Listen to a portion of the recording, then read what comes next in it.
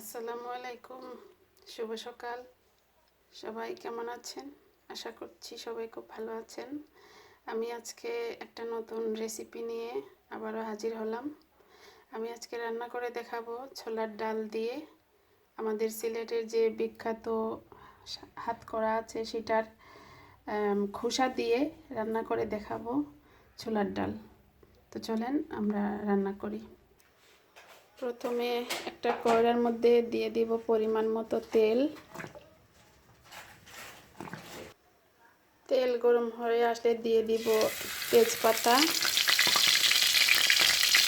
দিয়ে দিব রসুন কুচি, পেঁয়াজ কুচি,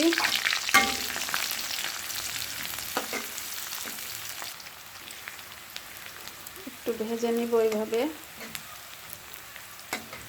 আর রসুনের পরিমাণটা একটু বেশি দিতে হবে এই তরকারির মধ্যে। এখন দিয়ে দিব হালকা লবণ। আমি লবণের পরিমাণটা একটু কম দিচ্ছি, কারণ আমি ছোলার ডালগুলা একটু লবণ দিয়ে প্রেসার কুকারে একটু সিদ্ধ করে নিছি। প্রেসার কুকারে এক শীষ দিছি, বেশি দিলে তো গলে যাবে একবারে। এখন দিয়ে দিব হলুদ, দিয়ে দিব সামান্য মরিচ, দিয়ে দিব ধনিয়া গুঁড়ো।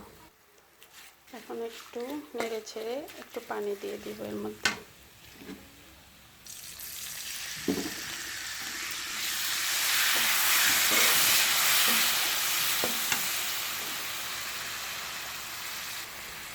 এখন তার মধ্যে দিয়ে দিব সেই খোসা, সেই সিলেটের বিখ্যাত হাতকড়ার খোসা। হাতকড়া দিয়ে আজকে আমি ছোলার ডাল রান্না করে দেখাচ্ছি।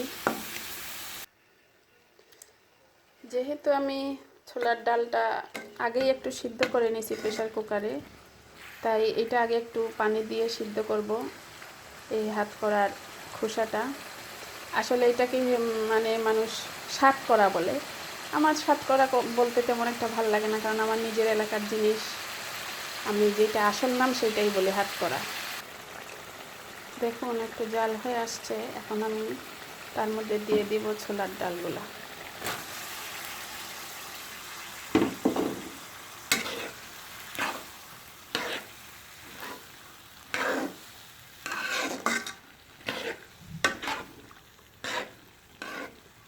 এই হাতকড়ার একটা সুন্দর একটা ফ্লেভার আসছে, খুব সুন্দর একটা ঘ্রাণ। আপনারা এইভাবে ট্রাই করবেন, রান্না করে খাবেন, দেখবেন খুব আলাদা একটা টেস্ট পাবেন। তা এখন এইভাবে কিছু সময় আমি ঢাকনা দিয়ে ঢেকে 10 মিনিটের মতো রান্না করব, চুলার আগুনটা একটু কমিয়ে দিয়ে। তার মাঝখানে একটু নেড়ে ছেড়ে দিতে হবে। নেড়ে ছেড়ে দিয়ে এখন একটু পানি দিব, দিয়ে আবার ঢেকে রান্না করব 20 মিনিট। তারপরে হয়ে যাবে আমার ছোলার ডাল রান্না করা হাতকড়া দিয়ে। আর চেষ্টা করবেন এটার মধ্যে একটু গরম পানি দেওয়ার। গরম পানি দিলে জিনিসটা একটু ভালো হয়। ঝোলটা দিলে যখন দিবেন তখন একটু গরম পানি দিবেন, ভালো হবে। আমি দিয়ে দিলাম গরম পানি এর মধ্যে। এখন আমি ঢেকে রান্না করব 20 মিনিট।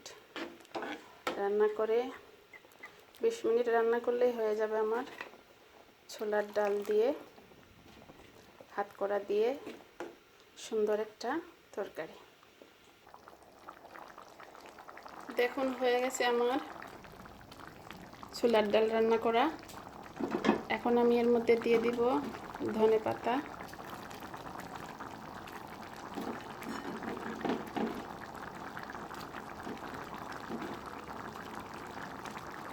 ব্যাস হয়ে গেছে।